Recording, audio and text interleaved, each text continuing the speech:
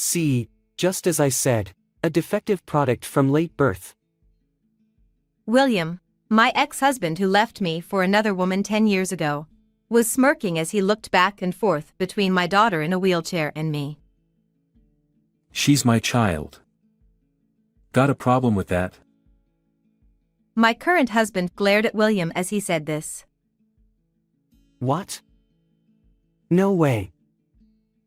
My happy life after remarrying. The truth dawned on William, and he looked up to the sky insanely. I am Jane, a housewife in my 40s. Now, I am remarried and living a happy life with my daughter Diana and my husband Oscar. Until 10 years ago, I was living a miserable life that cannot even be compared to the one I have now. I got married for the first time when I was 25 years old. I graduated from college and got a job where I met William. I worked as a receptionist, and he was in the sales department at the same company. As we saw each other every day, he started talking to me. We became friendly over time, and naturally started going out for meals and watching movies together after work. And then, on a date one day, he proposed to me like this. I'm happy to have met someone like you. Will you marry me, so we can continue this happiness together? Yes, I will. I accepted without hesitation. When my parents found out about the marriage, they were overjoyed. I quit my job after getting married. This was because William wanted me to stay at home. At first, I thought it would be best for both of us to work, but my husband had a different idea.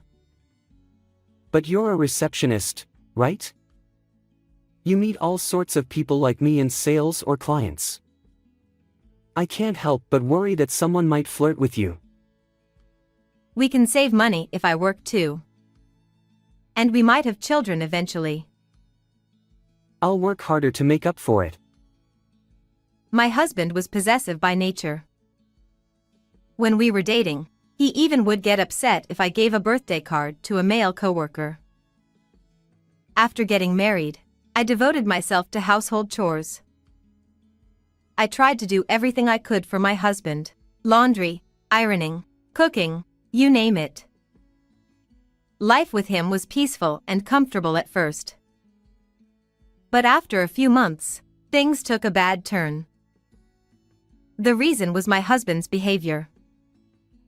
He started to look down on me at every opportunity. When things weren't going well at work, he would be particularly harsh. He would complain a lot about dinner as soon as he came home. Hey, what's this? You're serving me some bland fish dish. Huh? Yesterday we had a meat dish, so I thought it'd be good to have fish today for a balanced diet. Fish won't relieve my stress. Forget it. Bring me a beer. Okay. You wouldn't understand because you're always at home, but I'm under a lot of pressure. Even today, I've been to several clients and I'm exhausted. Yeah, you're right. I'm sorry. Tomorrow, I'll make your favorite dish. You better understand. At that time, I thought my husband was just tired and in a bad mood by chance. But even when I prepared his favorite dish and waited for him, he started coming home late more often due to sudden overtime or business entertainment. I had prepared your favorite dish for you. Then my husband glared at me. You, who don't even work, have no right to speak to me like that. I didn't become a housewife because I wanted to. Well then, I'll work too. We don't have kids yet. Isn't that okay? What did you say? You need to take care of the house properly. You're my wife, so fully support me. Then, I'll look for a part-time job during the day. Alright, but don't slack off on the housework. Fortunately, There was a part-time cashier position available at a nearby supermarket, and I got hired immediately after applying. But my husband's condescending attitude remained just as terrible. Hey, this shirt is full of wrinkles. What's going on? I did the laundry, but the weather was bad yesterday, so it didn't dry well. I'll iron it now. I told you not to slack off on the housework, didn't I? If you can't do it properly, then quit your part-time job. This made me feel more like a maid than a wife. My husband was like this at home, but he was affable to everybody outside of the home. One day, this happened. We're going to my parents' house tomorrow, so prepare a gift for them. What? Isn't this too sudden? If you had told me earlier, I could have prepared something. That's why I'm telling you in advance now, right? Or are you saying you can't get it done? It's not that, but I have my own schedule too. You're just a part-timer, don't give me attitude. Make sure you get it ready. Understand? I prepared a gift that I thought my husband's parents would like, and the next day we went to their house. Apparently, it was to celebrate the eldest son of my brother-in-law starting elementary school. Jane, I'm sorry to trouble you. Thank you for coming. I'm sorry, I should have brought something that your grandson would like. It's just a dinner party. I told William that nothing was necessary, but he's always so considerate. You prepared it, didn't you? Thank you. My mother-in-law said this to me. At his parents' house, my husband is known as the thoughtful second son. And there, he plays the role of a thoughtful husband towards me as well. Jane started a part-time job recently. She chose a job near home so it wouldn't affect the housework. It's difficult to work when you have children, isn't it? Exactly. That's why she's working now, while she can. That's a good idea. You two are really responsible. My husband talks with my mother-in-law like that, creating an image of himself as an excellent son and a good husband. Because my husband is good at putting on a front like this even at my parents' house, I can't talk to anyone about him. And when I came back from in-law's house, Hey, can't you be a bit more thoughtful? It's a wife's duty to support her husband when we're out, right? huh? I did prepare the gift as you asked. It's not just about that. You should play with my nephew, help out my mother. There are many things a daughter-in-law should do, right? It's not enough to just do what you're told. I'm sorry. Whenever I returned from my husband's parents' house, I always got lectured like this. Since getting married, this kind of life continued, and I became more and more depressed. I couldn't do housework properly, I wasn't thoughtful enough, and I could only do what my husband told me to do. I was gradually brainwashed by my husband's condescending words into believing those things. At home, I was nothing more than a housekeeper. Every day, I just did the housework as my husband told me to and worked part-time during the day. Perhaps my husband got tired of me, as he started coming home later and later. Recently, you've been coming home late. Work is busy. I'd like you to at least let me know when you're going to be late. I need to prepare dinner. Ha! Unlike your part-time job, sales work depends on the clients, so it's normal to adjust to their schedule. Don't you even understand that? All I asked for was a heads up if he was going to be late. I had a feeling that his late nights weren't just because of work. The reason is, when I picked up my husband's suit to take it to the dry cleaners, I noticed the scent of women's perfume on it. Additionally, despite him coming home from work, I noticed the smell of shampoo, completely different from sweat. It's likely he's having an affair. But I didn't have the courage to confront him. If we divorce, I have nowhere to go. My parents like my husband, so I would be blamed if we split up. Also, I don't go out much aside from my part-time job and shopping, and I don't have any friends I can confide in. Because of all this, even if I realized my husband was cheating, I've been turning a blind eye to it. One day, I realized that my period hasn't come for a while. And sometimes, I felt strange nausea. Maybe. I decided to muster up the courage to talk to my husband. If he knew we were expecting a child, perhaps he would come back to me. Since my husband adored his nephew, I thought he would be happy to hear we were having our own child. Hey, I think I might be pregnant. Ha! Lately, I haven't had my period, and I've been feeling like I have morning sickness. Are you kidding me? Even if it's true, you should consider abortion. Wait, why? What do you mean? Because, you're 35, aren't you? So what? Well, you know, pregnancy over 35 comes with risks. There's no guarantee the baby will be delivered safely, and there's a chance they might have disabilities. What? And besides, I have no intention of raising a child with you. Maybe we should just break up. What? Why would you say that? You like kids, don't you? You adore your nephew, right?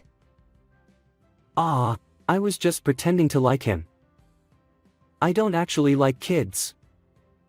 I hate crying babies. That's... And besides, I've been thinking of you more like a maid. But if you're going to have a child, then you're out. You do realize, don't you? I have someone else. It'd be easier to live with her. What, are you going to leave me? My husband smirked and said, You know how they say you should replace electronics after 10 years? Well, we've been married for 10 years too, so maybe it's time to replace the wife. He said that as if it were nothing. I couldn't believe he was this kind of person. I'm going to the other woman's place right now. I'll send you the divorce papers soon, so make sure you sign them and file them. Are we really getting divorced? If there's something wrong with me, I'll fix it. Ha! Something wrong with you? Your very existence is the worst. Do whatever you want with the child. Abort it, raise it, I don't care. Though with your measly income, you probably can't raise a kid. Ugh. With those hateful words, my husband left the house. Left alone in the house, I was overwhelmed with tears. What did I do wrong? I did all the housework just as he asked, and I never caused any trouble. How can I suddenly be facing divorce? What should I tell my family? And with a child on the way, what am I supposed to do from now on? These thoughts swirled in my mind, leaving me in a state of withdrawal. A few days later, I heard the sound of the front door opening, and my husband returned. Hey, are you here? Looks like no one's home. I could hear a woman's voice too. She was wearing a miniskirt, heavy makeup, and had a somewhat sharp-looking face with slightly slanted eyes, and she was clinging to my husband. Eek. You scared me, I thought it was trash. The woman noticed me lying on the living room sofa, my face streaked with tears, and she screamed. You look like a ghost or something, like something out of a nightmare.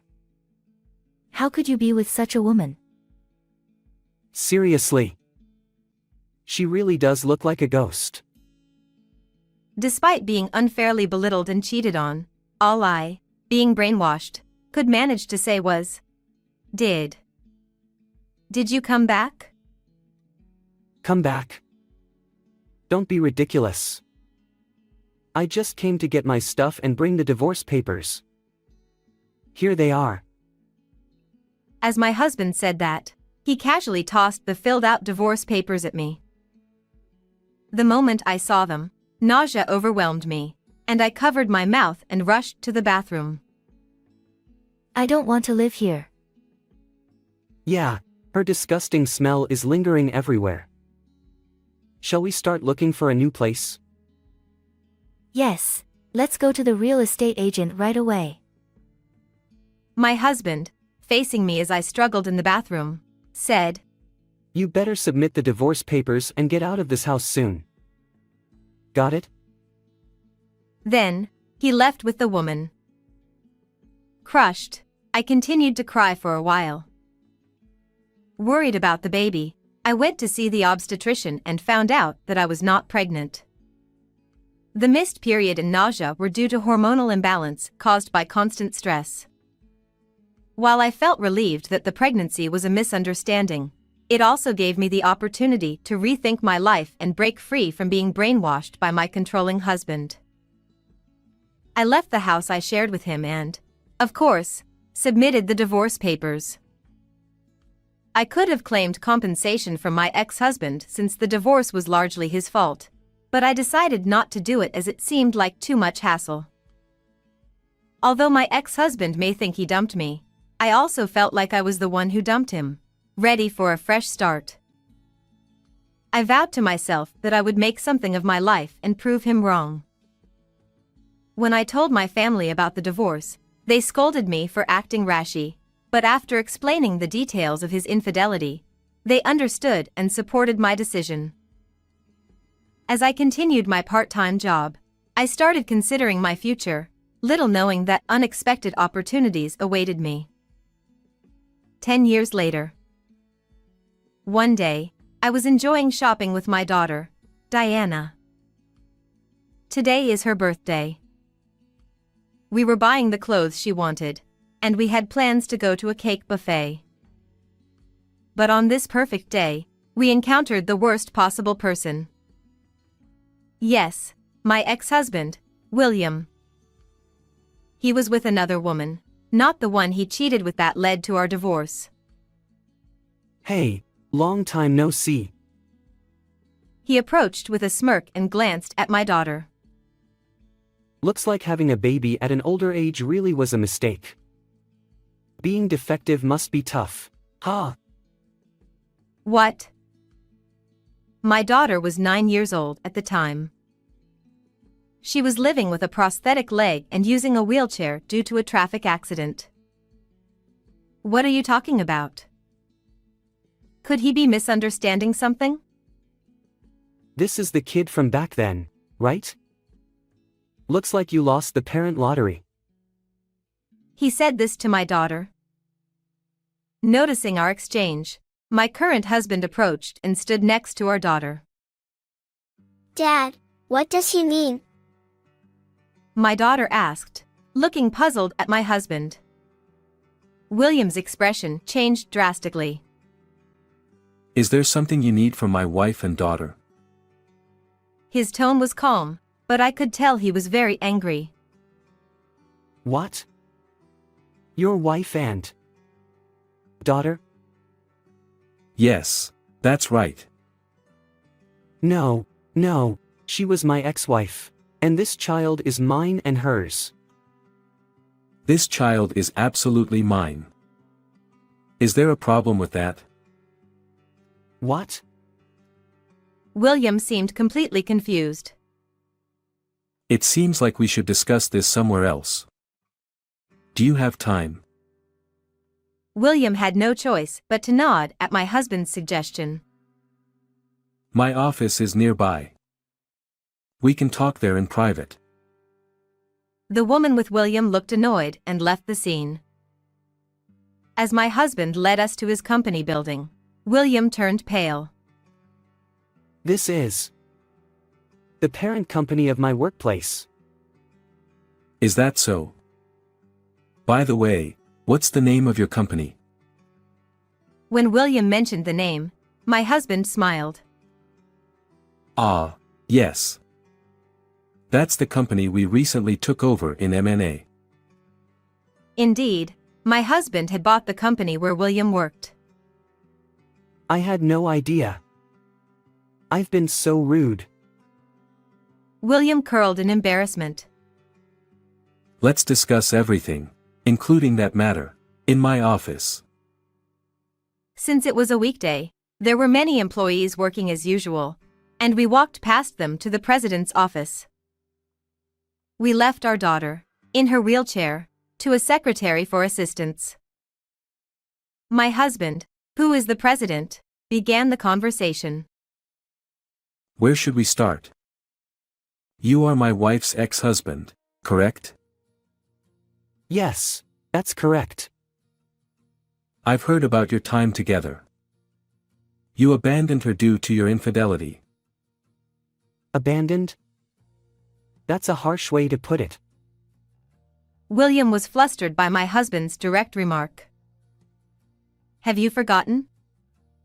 You did say you were going to abandon me, didn't you? I couldn't help but interject. I am no longer the person I used to be. I wouldn't stay silent after he talked about my daughter that way. That was an amicable divorce, wasn't it? You even filed for divorce without saying a word. That's right. So, you have no right to complain about my current life, do you? I mean, it's impressive. What do you mean? Despite being dumped by me, you managed to marry the CEO even with baggage.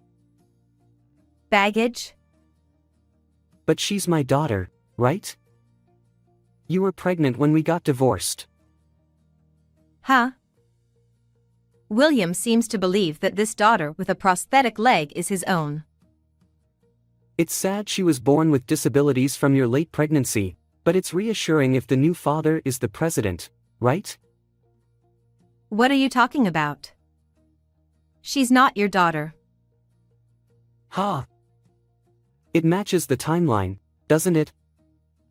Or are you saying you were already with this president at that time? That's not true. As William and I were arguing, my husband interjected. I also remarried. That girl is my daughter with my ex-wife. Ha! Then what about the prosthetic leg and wheelchair? My husband answered William's question carefully. Ah, she lost my leg in a traffic accident a few years ago, and my current wife took care of her at that time. Yes, after my divorce, I chose to pursue a new life by becoming a counselor. Realizing that I had been brainwashed by William, I began studying to become a psychological counselor in order to restore my mental health. I obtained my qualifications and started working at a welfare facility to support people who were in similar situations to mine. It was there that I met this young girl who had just been in a traffic accident. She became withdrawn after losing her leg in the accident. Her mother had already passed away, and my current husband struggled to get her to open up, so she came to our facility for rehabilitation. She loved reading novels and often read mature stories despite being a child. I happened to be reading the same novel, which led us to start talking, and gradually she opened up to me.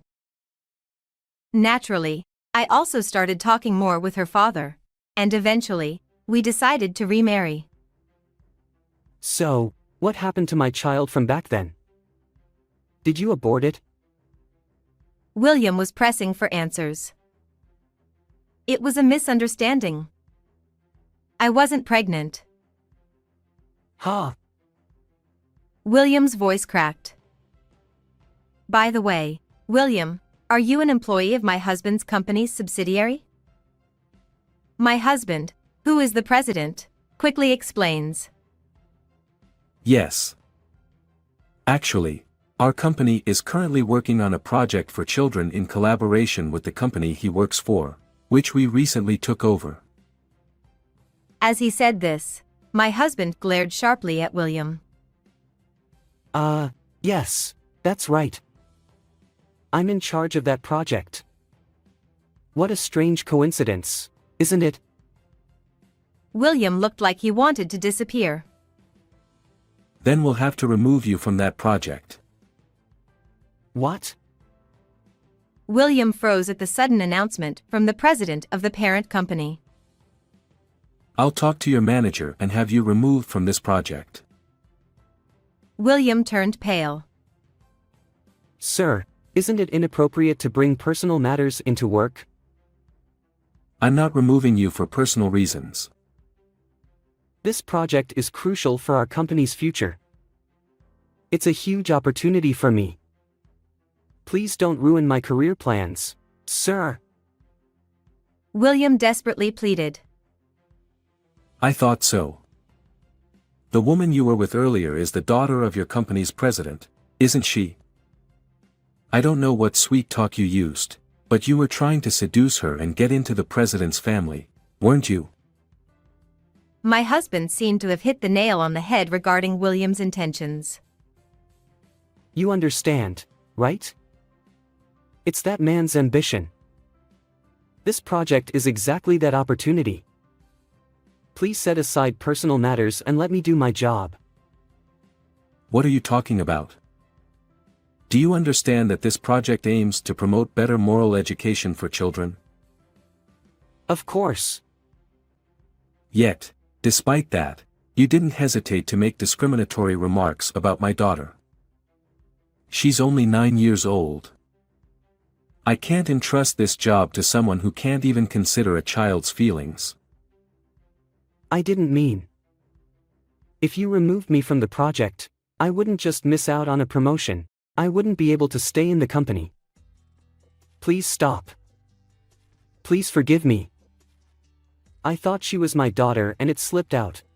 Even if she were your own child, you shouldn't call her defective. Hey, help me out here. William pleaded as he faced my husband's intense anger. What are you saying? You reap what you sow, don't you? This happened because you were with that girl.